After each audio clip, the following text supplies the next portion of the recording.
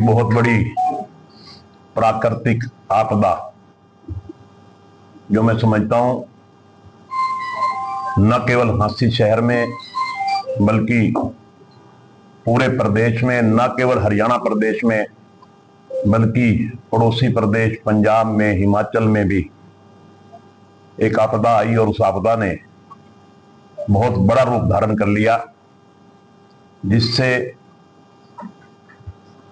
पंजाब में तो जान माल का भी नुकसान हुआ, हिमाचल में भी ऐसा ही हुआ, हरियाणा प्रदेश में भी खबरें आई कि कुछ जान माल गई। उस आपदा में हांसी भी शामिल रहा, हांसी में भी आपदा आई। 2 दिन की लगातार बरसात ने सारे रिकॉर्ड तोड़ दिए। खेतों में तो नुकसान हुआ ही, फसल तो किसान की तबाह हुई, घरों में भी पानी घुस गया। और हांसी शहर, मैं समझता हूं कि 25 से 30% शहर, चाहे वो बाजार थे, चाहे वो रिहायशी मोहल्ले थे, सब में 2-2, 3-3 फुट, 4-4 फुट लोग घरों से बाहर निकलने में भी कामयाब नहीं हुए, घरों के अंदर कैद होकर के रह गए। ऐसे दुर्लभ समय में सरकार ने और प्रशासन ने जबरदस्त मेहनत करके, अगर मैं हांसी की बात करता हूं, 30 तारीख को बरसात आई, 31 को सवेरे बरसात आई, 31 को शाम को बरसात आई और 1 तारीख को पूरा शहर जलमग्न हो गया। पूरा हमारा देहात जलमग्न हो गया, देहात में पानी भर गया, गांव में, खेतों में सारे खेत डूब गए, किसान की फसल तबाह हो गई। बड़ा चिंतनीय समय आया कि क्या होगा। भगवान से भी प्रार्थना की।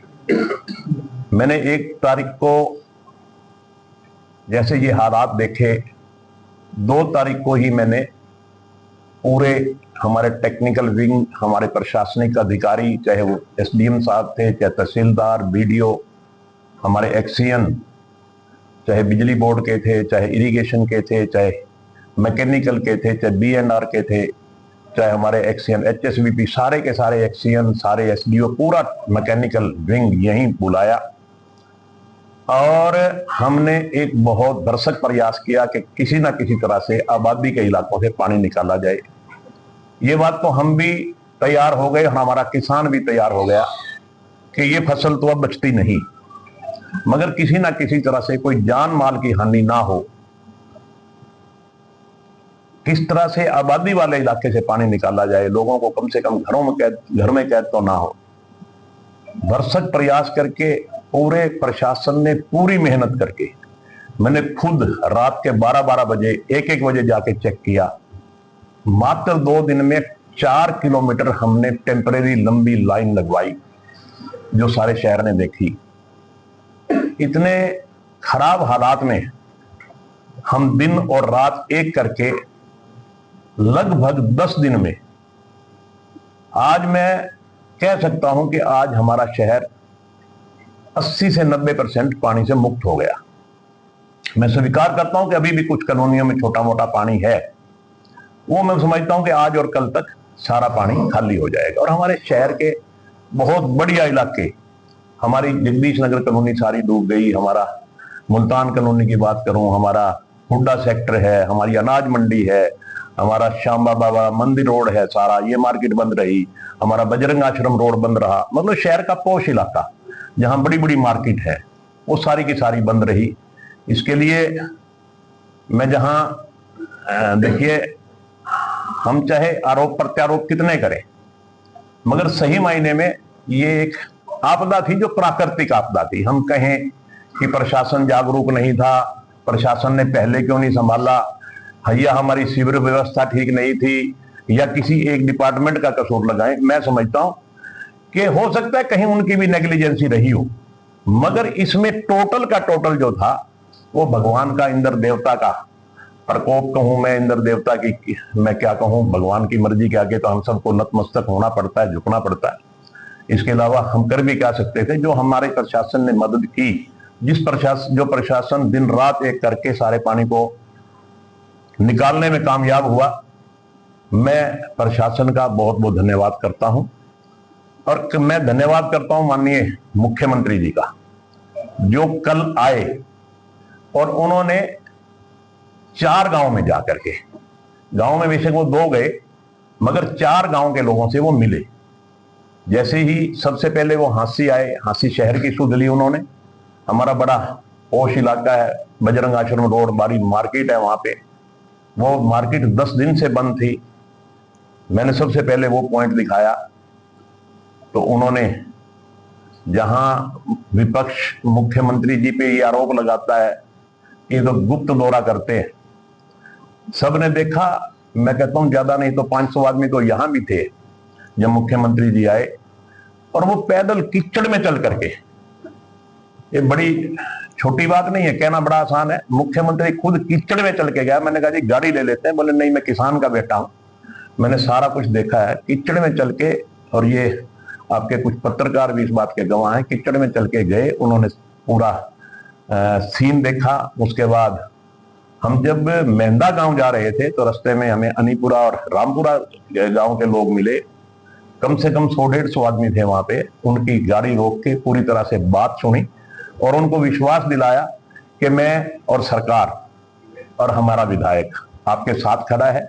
आपको किसी किस्म की कोई शिकायत है, प्रशासन से शिकायत है, विधायक से शिकायत है या किसी किस्म की और शिकायत है तो आप बताइए। मुझे फख्र है इस बात का और ये बताते हुए मुझे खुशी हो रही है कि जहां जितने भी लोग खड़े थे सब ने कहा कि विधायक हमारे बीच में खड़ा है जी, 24 घंटे जब आवाज लगाते हैं हमारे बीच में आ जाता है। प्रशासन पूरी तरह से मुस्तैद है, प्रशासन ने हमारी कोई कमी नहीं छोड़ी हमारी मदद करने में। मगर ये आपदा है, कुदरत की आपदा है, इससे माननीय मुख्यमंत्री जी संतुष्ट भी हुए, चलो कि प्रशासन बढ़िया काम कर रहा है। और मुख्यमंत्री जी ने उनको विश्वास दिलाया कि जितना भी आपकी फसल का मुआवजा है वो एक एक पैसा हम आपको बेहतर मुआवजा देंगे। मगर मैं आपके माध्यम से भी सभी किसान भाइयों से कहना चाहता हूं कि 15 तारीख रखी है, ई पोर्टल पे क्षतिपूर्ति पोर्टल है, उस पे अपना नाम रजिस्टर्ड करवाएं और अपना ब्यौरा लिखें। इसी तरह से मैं बता रहा था, फिर हम गढ़ी गांव गए। गढ़ी में 3 जगह पे, अलग अलग जगह पे सैकड़ों लोग मिले। वहां भी लोगों ने प्रशासन की तारीफ की। किसी ने एक शब्द भी, ना प्रशासन के खिलाफ, ना सरकार के खिलाफ, ना कोई विधायक, पूरा एक शब्द भी किसी ने नहीं कहा। सभी पूरी तरह से संतुष्ट थे। और उसके बाद हम मेहंदा गांव गए। मेहंदा गांव पूरा सड़क पे था और मुझे बताते हुए ये बड़ा दुख भी हो रहा है कि मेहंदा गांव में बहुत बुरी हालत है। और वहां एक मेहंदा गांव में नहीं, काफी गांव में बुरी हालत है। वहां गलियों में, घरों में भी पानी है, सड़क पे भी पानी है। इसी तरह ढाणी मेहंदा है, वहां भी यही हालत है। मैं कह रहा हूं वहां पूरा का पूरा गांव रोड पे था और वहां भी इतने बुरे हालात के बावजूद भी वो गांव पूरी तरह से संतुष्ट, प्रशासन से संतुष्ट, विधायक से संतुष्ट, सरकार से संतुष्ट। एक आदमी ने भी प्रशासन के खिलाफ, सरकार के खिलाफ एक शब्द भी नहीं कहा। इसके बाद हम जीतपुरा गांव गए। रात को मेरे ख्याल में 7-7:30 बज गए। हम जीतपुरा गांव, वहां लेडीज खड़ी और सबने, हालांकि ये कोई माहौल नहीं था कि कोई मुख्यमंत्री की जय जयकार करे, क्योंकि माहौल ऐसा था। मैंने तो सबसे कहा कि बस भगवान से प्रार्थना करो, जय श्री राम के नारे लगाओ। आज इस कष्ट की घड़ी में भगवान ही हमारी मदद करेंगे।